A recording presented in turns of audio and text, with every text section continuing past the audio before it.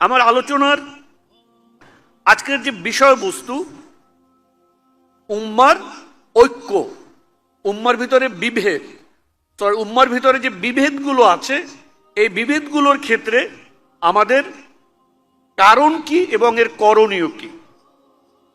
দেখেন, বিভেদের অনেকগুলো ধারা আছে এবং আমার মনে হয় উম্মার যতগুলো বিভেদ হতে পারে, এই সবগুলো বিভেদ আমাদের এই বর্তমান সময় এক্সিস্ট করে।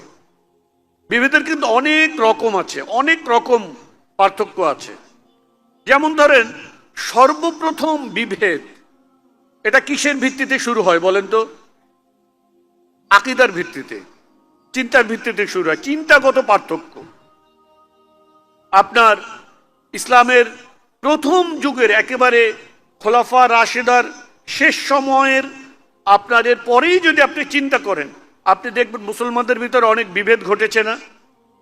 খারিজিরা কি সেই সময় এসেছে না? হ্যাঁ, মুতাজিলা, জাবরিয়া, কাদরিয়া, এরকম নানা রকম ফিরকা এসেছে। সো এই যে আপনার চিন্তা ভিত্তিক বা আকীদা ভিত্তিক কিছু আপনার গ্রুপ এবং দল তৈরি হয়েছে। এবং আপনারা জানেন রাসূলুল্লাহ সাল্লাল্লাহু আলাইহি ওয়াসাল্লাম তিনি এ ব্যাপারে ভবিষ্যৎবাণী করে গিয়েছেন যে সাতাফতারিকু উম্মতি আলা 73 ফিরকাতান, তাই না? অনেক দল হবে, এটা একটা বাস্তবতা। দ্বিতীয়ত আপনি দেখেন আরো একটা ভিন্নতা আমাদের ভিতরে তৈরি হয়েছে, সেটা হলো মাযহাব ভিত্তিক যে ভিন্নতা তৈরি হয়েছে না? আমরা জানি, আমরা এখনকার সময় আমরা 4 মাযহাবের কথা জানি, হ্যাঁ, কিন্তু মাযহাব কিন্তু শুধু 4টা ছিল না, আরো কিন্তু ছিল।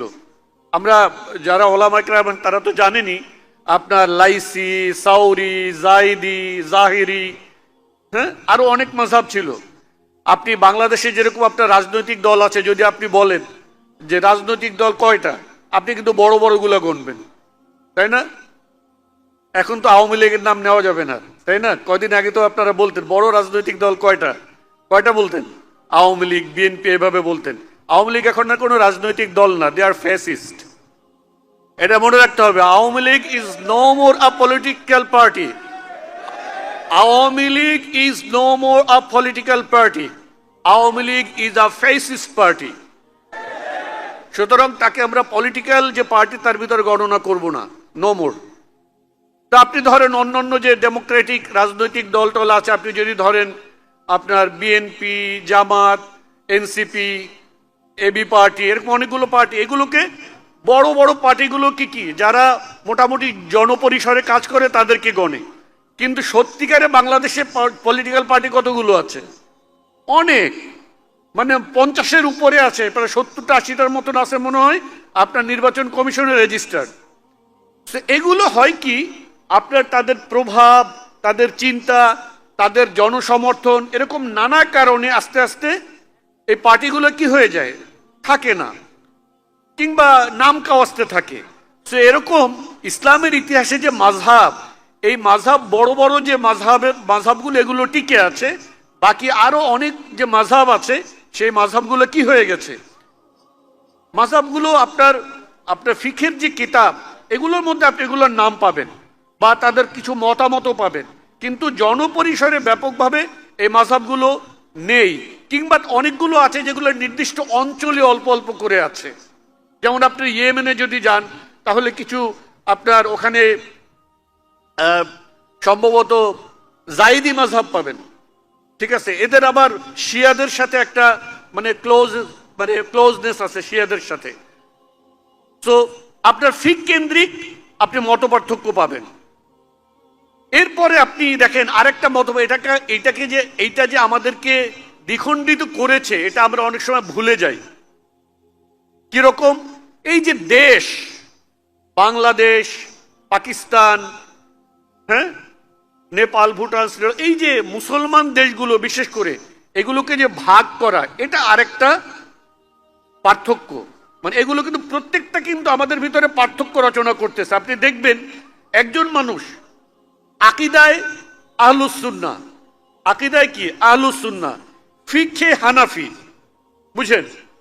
কিন্তু এ বাংলাদেশি আর ও ইন্ডিয়ান, বলে ইন্ডিয়ান, এ তো বইঙ্গা, বাঙ্গু।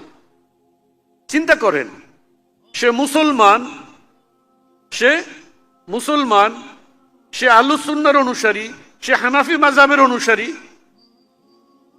এই সব কিছু ঠিক আছে। স্টিল এই যে আপনার জাতীয়তাবাদ ভিত্তিক যে রাষ্ট্র কাঠামো, এই রাষ্ট্র কাঠামো আমাদের মনের ভিতরে এক ধরনের কি তৈরি করেছে? দূরত্ব তৈরি করেছে। অথচ আল্লাহ রাব্বুল আলামিন বলেছেন, ইন্না আকরামাকুম ইনদাল্লাহি আতকাকুম, আল্লাহ তাআলার কাছে সম্মানিত হলো সেই যে আল্লাহকে অধিক ভয় করে। এগুলো বাদ দেন, এরপরে আপনি দেখেন আরো অনেক, আপনার ধরেন সালাফি, সালাফিরা কোনো রাজনৈতিক দল না, এটা চিন্তাগত ধারা। আর ধরেন ওইদিকে ধরেন তাবলিগ, এটা কিন্তু একই রকম প্যাটার্নের, মানে তারাও কেবল দাওয়াতি এবং আত্মশুদ্ধির মতন কাজ, কথাবার্তা এবং কাজকর্ম করে, যাদের কোনো পলিটিক্যাল ভিশন নাই। বুঝতে পেরেছেন? সালাফিরা একই রকম, তারা তাদের আকীদাগত পরিশুদ্ধি, তারপরে ব্যক্তিগত পরিশুদ্ধি, এগুলো নিয়ে কথা বলে। তাবলীগওয়ালারাও একই রকম কথা বলে, কিন্তু উভয়ের চিন্তাভাবনা কিছুটা পার্থক্য আছে, কিন্তু দুটো একই জিনিস। একটাকে আপনি সহি তাবলীগ, আর একটাকে মানে প্রচলিত তাবলীগ, বা আপনি যে ভাষায় বলেন না কেন, দুটো একই জিনিস।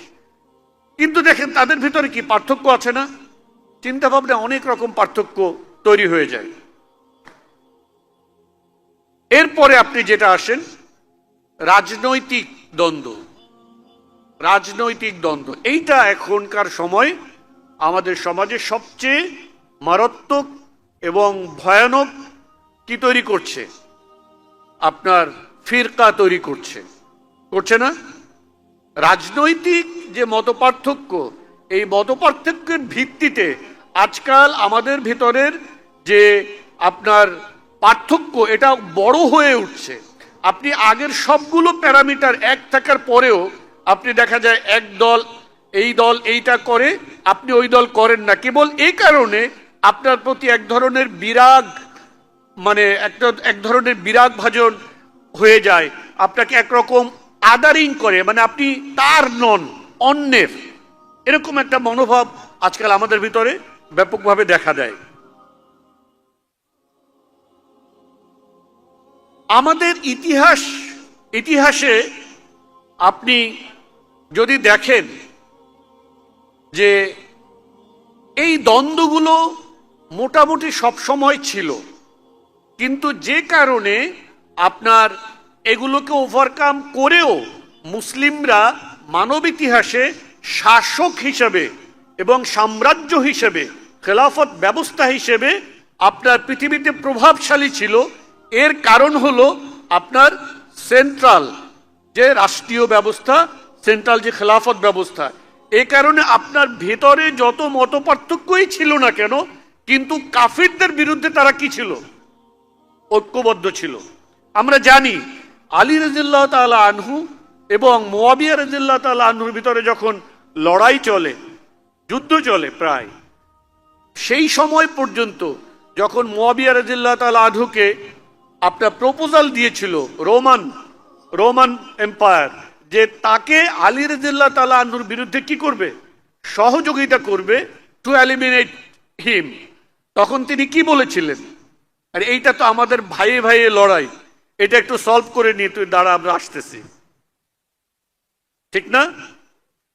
সো এই যে প্রবলেমগুলো আমরা দেখলাম, এই প্রবলেমগুলো আমাদের মধ্যে আছে। এর কনসিকুয়েন্স কি আমরা জানি, আমি জানা কথাই বলছি, এগুলো সব আপনারা জানেন। এই কনসিকুয়েন্সটা আল্লাহ রাব্বুল আলামিন মাত্র দুইটা শব্দে বলে দিচ্ছেন, ফাতাফশালু ওয়া তাযহাবা রিহুকুম। দুইটা শব্দ বলে দিচ্ছেন। কি হবে? তোমরা দুর্বল হয়ে পড়বে এবং তোমাদের প্রভাব চলে যাবে। ওয়া তাযহাবা রিহুকুম, তোমরা দুর্বল হয়ে পড়বে, তোমাদের কি চলে যাবে?